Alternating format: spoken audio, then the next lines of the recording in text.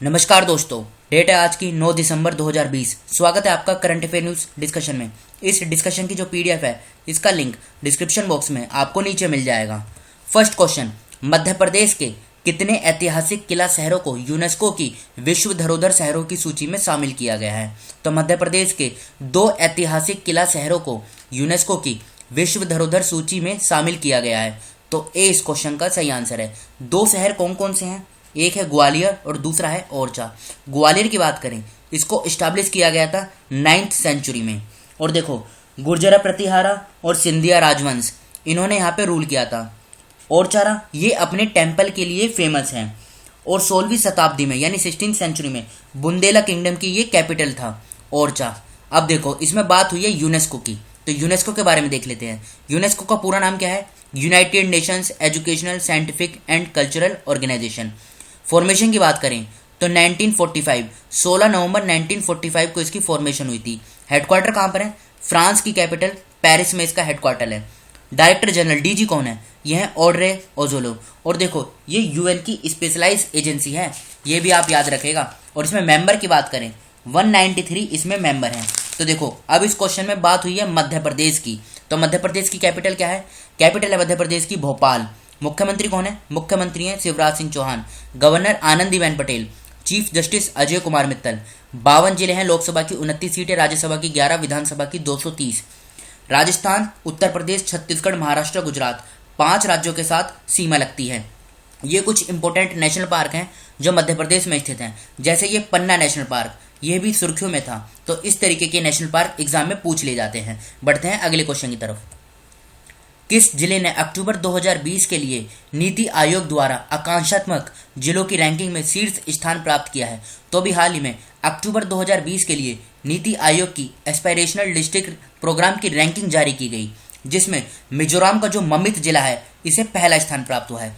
सबसे पहले तो आप ये बताइए, एस्पायरेशनल डिस्ट्रिक्ट ये क्या होते हैं? देखो, वो जिले भारत के अंदर जो सोशियो इकोनॉमिक इंडिकेटर यानी पुअर सोशियो इकोनॉमिक इंडिकेटर से प्रभावित है।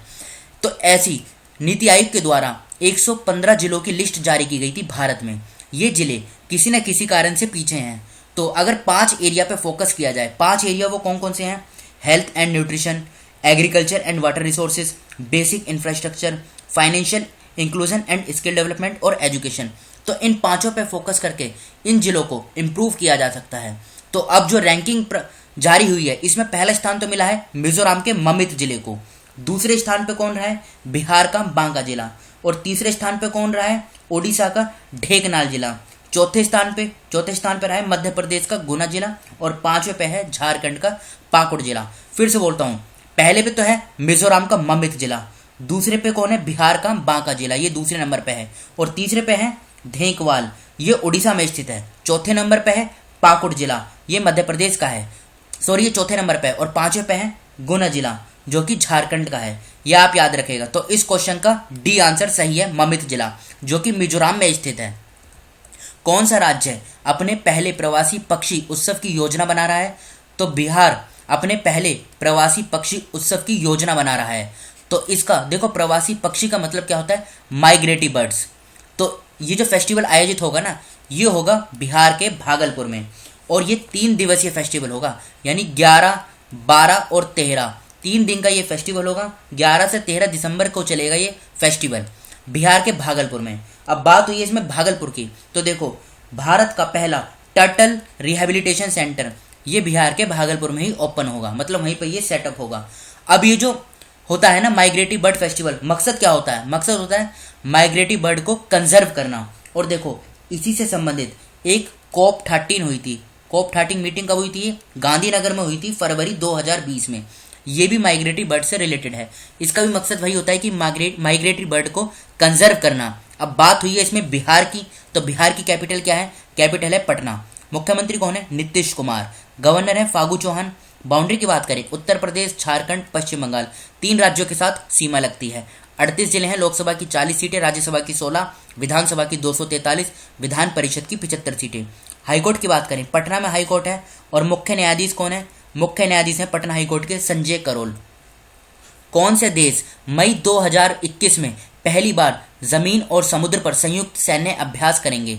तो देखो, जापान, फ्रांस और अमेरिका, ये तीनों देश एक साथ मई 2021 में जॉइंट मिलिट्री ड्रिल करेंगे लैंड और सी पर, यानी जमीन और समुद्र पर। मकसद क्या होगा? मकसद होगा चाइना को कंटेन करना। अब देखो इन तीनों देशों की कैपिटल जान लेते हैं। जापान की कैपिटल क्या है? टोक्यो। फ्रांस की कैपिटल क्या है? पेरिस। अमेरिका यानी यूएसए की कैपिटल क्या है? Washington DC. अब आप एक बात बताइए, आईएमएफ, वर्ल्ड बैंक और अमेरिका की स्पेस एजेंसी है नासा, इन तीनों का हेडक्वार्टर कहाँ पर है? इन तीनों का हेडक्वार्टर एक ही जगह है और वो है अमेरिका की कैपिटल वॉशिंगटन डीसी में। तो सी इस क्वेश्चन का सही आंसर है। विश्व आर्थिक मंच यानी वर्ल्ड इकोनॉमिक फोरम अपनी 2021 वार्षिक बैठक कहाँ आयोजित करेगा? तो ये करेगा सिंगापुर में। और 2022 में वापस इसके स्विट्जरलैंड के शहर डेवोस में होने की उम्मीद है। तो 2021 में ये मई में होगी, 13 से लेके 16 मई के बीच चलेगी। कहाँ पर? सिंगापुर में। अब बात करें सिंगापुर की, तो देखो सिंगापुर की कैपिटल क्या है? Singapore city. करेंसी की बात करें सिंगापुर डॉलर। प्रेसिडेंट की बात करें तो हलीमा याकोब। और प्रधानमंत्री की बात करें तो ली शिंग लूंग, ये इसके प्रधानमंत्री हैं। अब वर्ल्ड इकोनॉमिक फोरम की बात करें, देखो पहले इसका नाम था यूरोपियन मैनेजमेंट फोरम। गठन कब हुआ था? गठन हुआ था इसका, देखो अगर बात करें तो 1971 में। फिर 1987 में इसका नाम चेंज करके रख दिया गया वर्ल्ड इकोनॉमिक फोरम। ये है क्या? ये इंटरनेशनल एनजीओ है। तो फॉर्मेशन तो आपने जान ली। आज से 49 साल पहले 1971 में इसका गठन हुआ था, 1971 जनवरी में। अब इसका हेडक्वार्टर की बात करें तो स्विट्जरलैंड में इसका हेडक्वार्टर है। बस इतना आप याद रखिएगा कि स्विट्जरलैंड में वर्ल्ड इकोनॉमिक फोरम का हेडक्वार्टर है। और देखो आप एक बात और याद रखिएगा, पहली से लेके 50वीं मीटिंग तक, अभी 2020 में इसकी 50वीं मीटिंग हुई थी। कहाँ पर? स्विट्जरलैंड के डेवोस में। और अब ये 2021 में कहाँ पर होगी? सिंगापुर में। बढ़ते हैं अगले क्वेश्चन की तरफ। तीसरा रविंद्रनाथ टैगोर साहित्य पुरस्कार किसने जीता है? तो ये जीता है राजकमल जहां ने। इनका एक उपन्यास है, नाम क्या है उस उपन्यास का? The City and the Sea. The City and the Sea. और ये उपन्यास किस पर बेस्ड है? देखो 2012 में जो निर्भया केस हुआ था उसी पे आधारित है ये राजकमल झा का उपन्यास the City and the Sea. अब बात करें दूसरे ऑप्शन की, विशाल वी शर्मा। विशाल वी शर्मा ये कौन है? इनको यूनेस्को में भारत का परमानेंट रिप्रेजेंटेटिव अपॉइंट किया गया था। मनोज कुमार भारती ये कौन है? इनको इंडोनेशिया में भारत का राजदूत अपॉइंट किया गया था। Nozomi Okuhara. नोजोमी ओकुहारा ये कौन है? देखो इन्होंने बैडमिंटन में 2020 का डेनमार्क ओपन टाइटल का खिताब जीता था। तो इस क्वेश्चन का सही आंसर है डी, राजकमल झा। इनको तीसरे रविंद्रनाथ टैगोर लिटरेरी प्राइज से सम्मानित किया गया है। बढ़ते हैं अगले क्वेश्चन की तरफ। इंडिया मोबाइल कांग्रेस का उद्घाटन किसने किया? तो प्रधानमंत्री नरेंद्र मोदी जी ने ये 4th इंडियन मोबाइल कांग्रेस का उद्घाटन किया। कब? 8 दिसंबर को। थीम क्या है इसकी? देखो थीम इंपोर्टेंट है। थीम है इसकी inclusive, innovation, smart, secure and sustainable. फिर से बोलता हूँ, inclusive, innovation, smart, secure and sustainable. तो डी इस क्वेश्चन का सही आंसर है। नरेंद्र मोदी जी ने ये 4th इंडियन मोबाइल कांग्रेस का उद्घाटन किया। बढ़ते हैं अगले क्वेश्चन की तरफ। बांग्लादेश ने किस देश के साथ अपने पहले व्यापार सहयोग समझौते पीटीए पर समझौता किया है? तो बांग्लादेश ने भूटान के साथ अपना पहला ये जो व्यापार कोऑपरेशन है ना, व्यापार एग्रीमेंट, नाम क्या है? पीटीए। पीटीए का पूरा नाम क्या है? Preferential trade agreement. होता क्या है इसमें? देखो होता यह है कि इसमें जैसे एग्जाम्पल की सहायता से समझते हैं।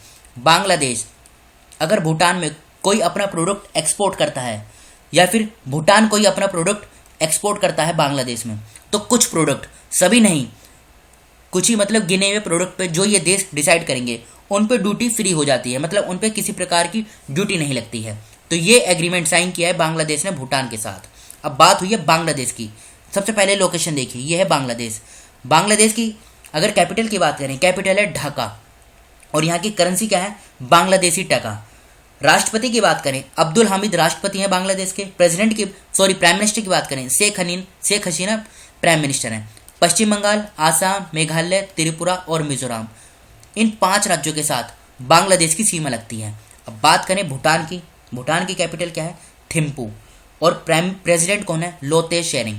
अब देखो भूटान से भारत के 4 राज्य लगते हैं, ये ऊपर सिक्किम, इधर ये पश्चिम बंगाल, आसाम और ये अरुणाचल प्रदेश। फिर से बोलता हूँ, सिक्किम, पश्चिम बंगाल, असम और अरुणाचल प्रदेश, इन 4 राज्यों की सीमा भूटान के साथ लगती है। बढ़ते हैं अगले क्वेश्चन की तरफ। कौन यूरोपीय फुटबॉल लीग में स्कोर करने वाली पहली भारतीय महिला बनी है? तो ये बनी है अभी बाला देवी। बाला देवी यूरोपीय फुटबॉल लीग में स्कोर करने वाली पहली भारतीय महिला बनी है। बढ़ते हैं अगले क्वेश्चन की तरफ। कौन सा देश 2021 में फीफा क्लब विश्व कप की मेजबानी करेगा? तो देखो 2020 में ये कतर करता है इसकी मेजबानी, लेकिन अभी 2021 में कतर करेगा। कब?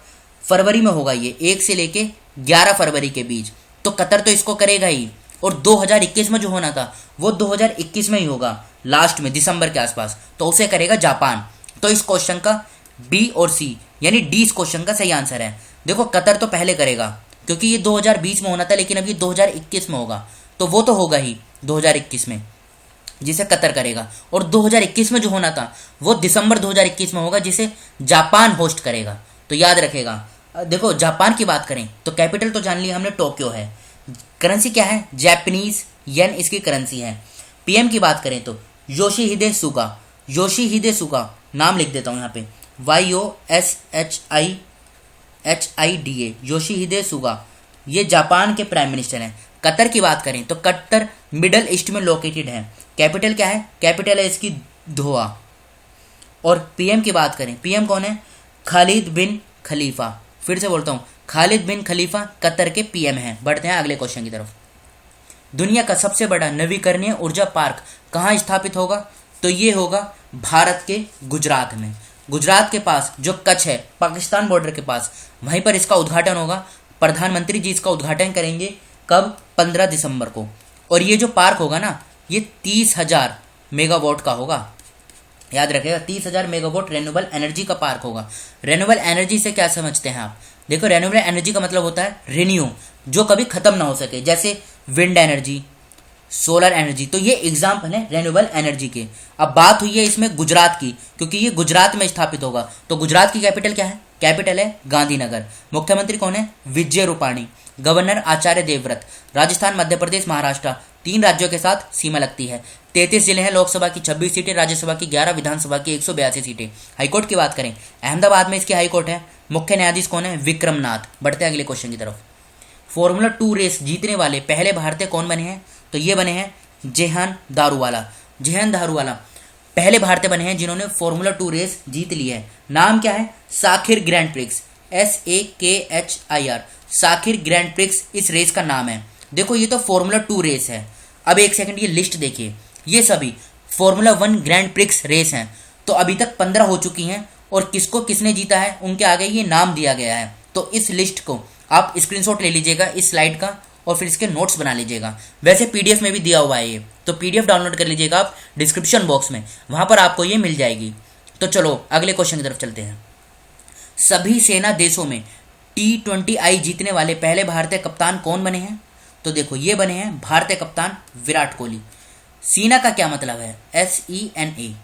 सीना का मतलब है साउथ अफ्रीका। E का मतलब है इंग्लैंड।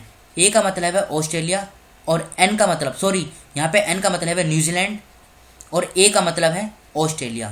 सीना साउथ अफ्रीका, इंग्लैंड, न्यूजीलैंड और ऑस्ट्रेलिया। तो इन चारों में जो ये भारतीय कप्तान बने हैं T20I जीतने वाले, ये बने हैं विराट कोहली। तो A इस क्वेश्चन का सही आंसर है। पुणे अंतर्राष्ट्रीय साहित्य महोत्सव का कौन सा संस्करण 11 से 13 दिसंबर 2020 तक आयोजित किया जाएगा?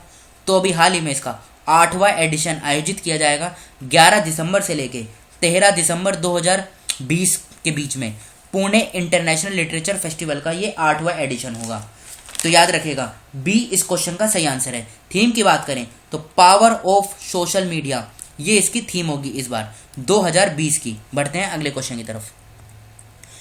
पिक्सल किस वर्ष में इसरो रॉकेट ध्रुवीय उपग्रह प्रक्षेपण यानी PSLV पर अपना पहला रिमोट सेंसिंग उपग्रह लॉन्च करेगा? बताइए। देखो ये यहाँ पे थोड़ा गलत लिख गया है, तो ये करेगा 2021 में। अब ये पिक्सल की बात करें तो ये देखो बेंगलोर बेस्ड एक स्टार्टअप है, तो ये प्राइवेट है, सरकारी नहीं है, याद रखेगा। तो ये करेगा लॉन्च इसे 2021 में। अब बढ़ते हैं, 2 रिवीजन क्वेश्चन देख लेते हैं। देखो मोबाइल मेडिकल वैन कहाँ शुरू हुई? तो ये कल हमने जाना, ये रिवीजन क्वेश्चन है, इसे आप ऐसे टेस्ट लगाइएगा कि पिछला भी याद है या नहीं। तो 20 क्वेश्चन का सही आंसर है। ये स्टार्ट हुई थी कहाँ पर? महाराष्ट्र में। जो मुंबई में स्लम एरिया हैं उनको ये काफ़ी तरीके की सुविधाएं प्राप्त कराएगी, जैसे हेल्थ, सर्जरी, मेडिकल रिलेटेड जो भी चीज़ें होंगी। किस राज्य के पहले सौर ऊर्जा संयंत्र को तलुंगवेल में चालू किया गया है? तो ये तलुंगवेल कहाँ पर है? ये है मिजोरम में। तो ए इस क्वेश्चन का सही आंसर हो जाएगा। मिजोरम का जो पहला सौर ऊर्जा संयंत्र तलुंगवेल, इसको चालू किया गया है। तो याद रखिएगा ए इस क्वेश्चन का सही आंसर है। तो फिलहाल इस डिस्कशन को हम यहीं पर रोकते हैं। जो स्टूडेंट नए हैं या फर्स्ट टाइम चैनल पर विजिट कर रहे हैं वो इस चैनल को सब्सक्राइब कर लीजिए, जिससे नई वीडियो अपलोड होते ही उसका नोटिफिकेशन सबसे पहले आपको मिल सके। Thank you.